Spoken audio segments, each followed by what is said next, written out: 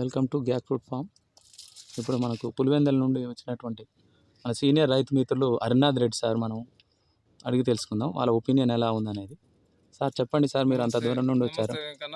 యువకుని అయినా ఏదో యూట్యూబ్లో చూస్తే మనకు తెలియని పంటను కొత్తగా పండించినావు, ఎట్లా సాహసం చేసినావు, దీని గురించి నీకు ఏ వివరాలు తెలిసినాయి, ఒకసారి ఫారం చూద్దాం అనుకొని చూడడానికి ఇటుకు వచ్చినావు. నిన్ను అభినందించాల్సిన విషయమే.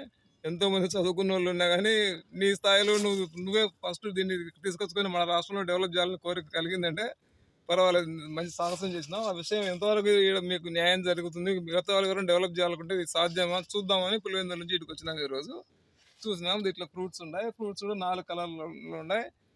పచ్చని అంటే ఆకుపచ్చగా ఉన్నప్పుడు చిన్నపాటి దశ అని, రెండో దశకు వచ్చినప్పటికి కొంచెం కలర్ షేడ్ అయితే ఆరెంజ్ కలర్ లేక వచ్చిందని, మళ్ళీ తర్వాత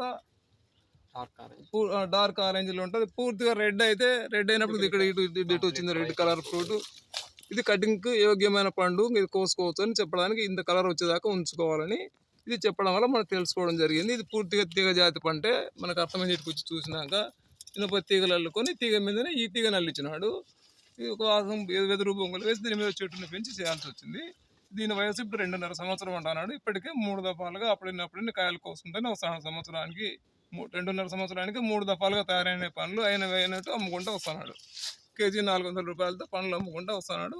దీని ఆరోగ్యంలో దీని పాత్ర ఎంత అనేది కొంచెంగా బాగా పబ్లిసిటీ చేయగలిగితే నిజంగానే ఇది అవసరమైన పంట అని అర్థమవుతుంది మనకు. అది నాకు తెలిసిన విషయం. అది